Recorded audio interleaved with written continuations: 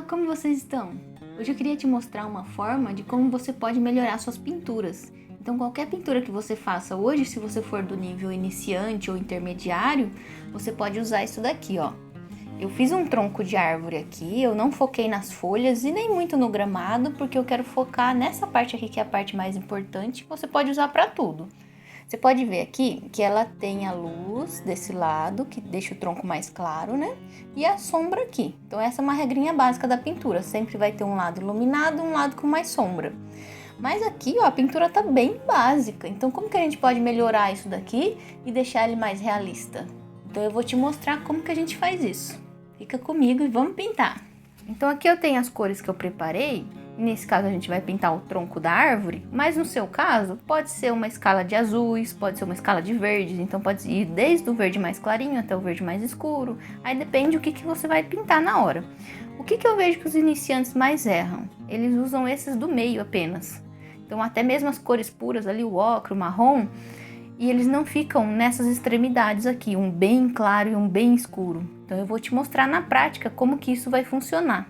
Então agora vamos pintar o tronco. Eu não vou fazer folha nem grama, porque eu quero focar nessa parte da iluminação para te mostrar como que fica.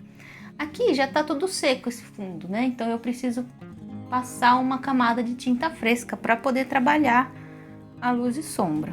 Eu vou passar um tom parecido com esse que tá ali no fundo.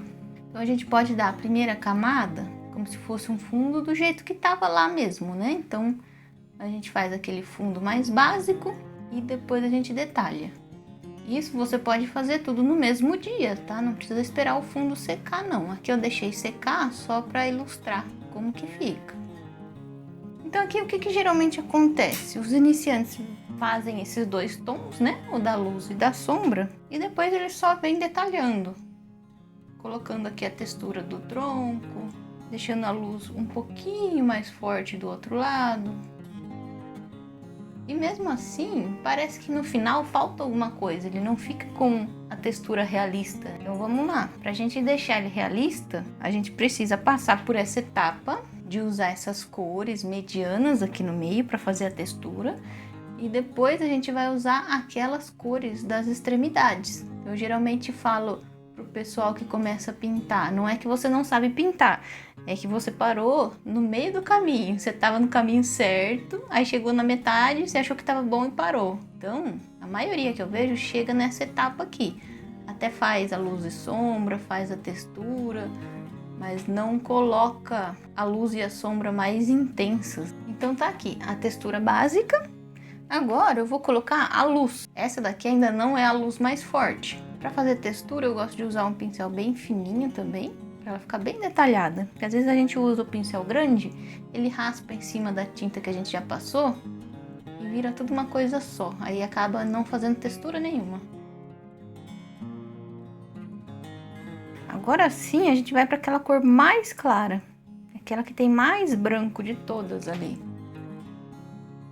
Olha como ela destaca bastante. Como essa árvore é toda retorcida, eu posso pegar o tronco aqui, passar para lá, depois fazer o mesmo aqui de novo, como se ela tivesse torcida igual um parafuso.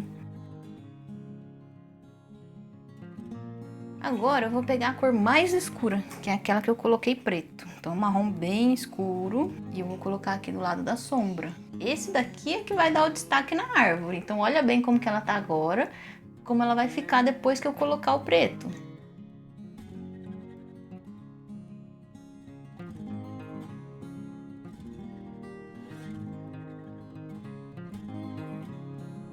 Eu vou continuar fazendo isso nesses galinhos menores também, ó. Então sempre do lado direito, nesse caso aqui, eu vou colocar o mais escuro. Aí na sua imagem você vai ter que ver qual é o lado que tá vindo a luz para saber qual lado que vai ser a sombra. Então não importa se você tá pintando um vaso de flor ou até mesmo a própria flor ou um retrato, procure encontrar o lado que tá mais iluminado antes de começar a pintar. Eu percebo que muito iniciante tem medo de usar a cor muito escura quando começa a pintar.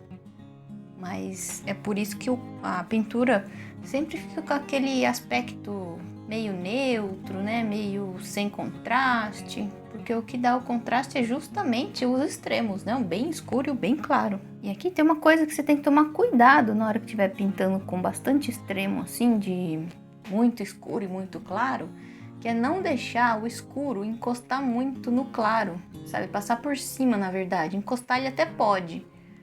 Ó, igual eu tô fazendo aqui, ó, você pode até colocar ele nas regiões onde só tem as cores do meio. Então, onde tem um extremo com muito branco, você não vai passar o que tem o preto, porque senão ele vai dar um tom acinzentado. Lembra que o branco e o preto, ele gera a cor cinza.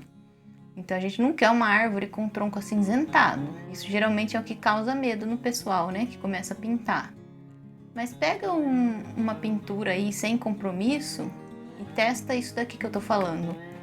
Pode até ser uma pintura com lápis de cor ou com lápis grafite.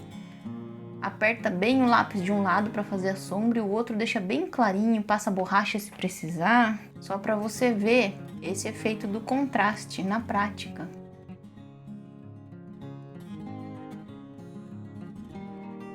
Nossa pintura tá pronta, com um lado bem iluminado, o outro com bastante sombra. Lógico que dá pra gente melhorar isso daqui se quiser levar para um outro nível ainda, mas eu queria te mostrar o básico, que isso daqui já melhorou bastante do que tava pro que tá agora. Então aqui eu fiz, além da textura, né, o principal aqui foi a luz e a sombra.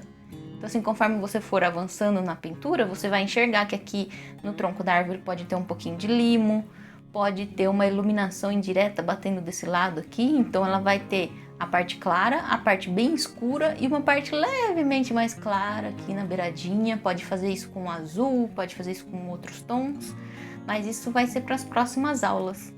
Então aqui está a nossa pintura pronta, espero que esse vídeo tenha te ajudado. Se você tiver alguma sugestão ou alguma dúvida, é só deixar nos comentários. E se você gostou desse vídeo, deixe o seu joinha. Até a próxima!